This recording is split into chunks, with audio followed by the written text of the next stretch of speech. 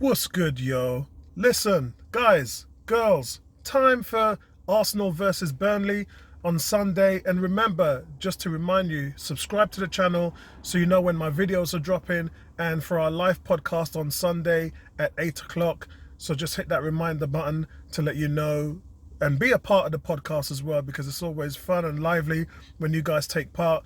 But let's preview the game on Sunday. This is a tough one.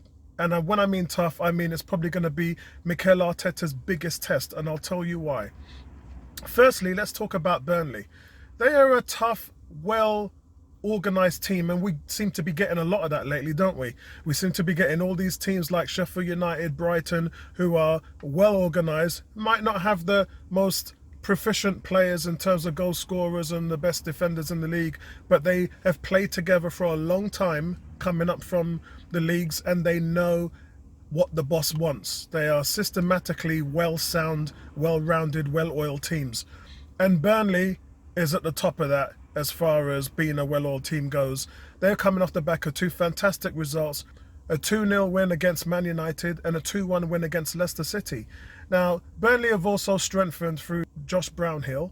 Now, Josh Brownhill, he's played for Bristol City, and he's come through the Man United ranks as well. So he's a 24-year-old, pretty rounded player, decent midfielder. He scored 17 goals in the last 3 seasons for Bristol City.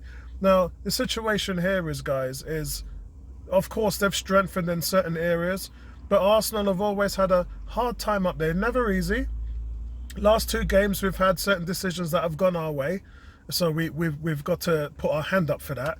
They have always been a tough team to play, and the reason why this is Arteta's most important game in his tenure as a manager, because remember I talked about we'll see what this team does after 5 or 10 games, and we're kind of getting up to that 10 games under Arteta now. So the guys know what he wants to do, and it's really all about tactics, and I'm hoping now tactically we can see where Arteta's trying to get this team.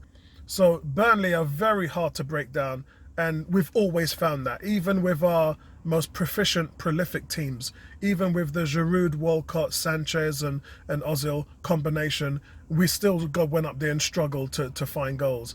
And I don't think we're going to find it any easier this weekend. We'll have David Luiz back, we'll have Aubameyang back as well. Pablo Mari might play a part, and that's important as well, because look, a lot of the goals that we've let in this season have come from mistakes, and you can coach the mistakes out as much as you like. If you don't coach the personnel out of the team, then these mistakes are going to continue to happen. So at some point you've just got to change the whole perspective and put a new body in there. And we kind of have that now with Pablo Mari. So I'm looking, actually, I wouldn't be surprised if Pablo Mari plays a part. I think we're probably going to go with David Luiz and Rob Holding, but it would be nice for Pablo Mari to put his stamp on the team. We want somebody at Arsenal who doesn't make mistakes. That's what we want. We want someone who knows their role, knows their job, great in positioning, great at reading the game, good at intercepting those passes, which he is. And look, this guy, as I said in my last video, he's voted the #1 defender in America.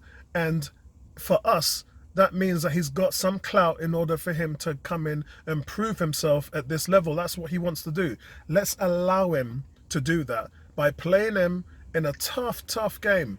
And for me, it won't really be about keeping clean sheets. They've never really had a strong offensive output. It's really about how well balanced and how well set up they are, and how difficult they're going to make it for Arsenal to break them down. And believe me, they will. And I think this is going to be more about how Aubameyang's going to come in and play alongside the likes of Martinelli, Pepe and Aubameyang. I don't really know what setup we're going to put in there. Is Dani Ceballos going to be a part of that? Is Ozil going to keep his position? We really don't know. There's a lot of things to look into, guys. So me personally, I would like to see Dani Ceballos start at the number 10. I would like to see a front three of Pepe, Aubameyang and Martinelli, and obviously the holding midfielders in Xhaka and Torreira. And the back four, I'd like to see David Luiz, Pablo Mari, I'd like to see Hector Bellerin, and I would like to see Saka at left back. And that's a team that I would like to see go through. And guys, look, away games, our form's been fantastic. We're unbeaten in our last 6. and we look pretty solid and sound. Remember, Unai Emery and Arsene Wenger both struggled in their away form. Yeah, they failed not because of what they did at home. They failed because of their away form results. And if Arteta can fix that one thing, if he can get the defense singing and the players up tempo in terms of their preparation and their desire to commit to playing well off the ball and pressing and doing all of that stuff, and if they can keep a clean sheet away from home, that is not, I wouldn't even say half of our problems fixed. I would say that that is a majority of our problems fixed. 75% of our problems would be fixed if Arteta can crack that. And at the moment, he's cracking that. So it's going to be a tough one to call, guys. I am going to go 1-0 Arsenal away. It's a gutsy call because remember, they did beat Leicester City and they did beat Man United. They scored 2 goals in each of those appearances.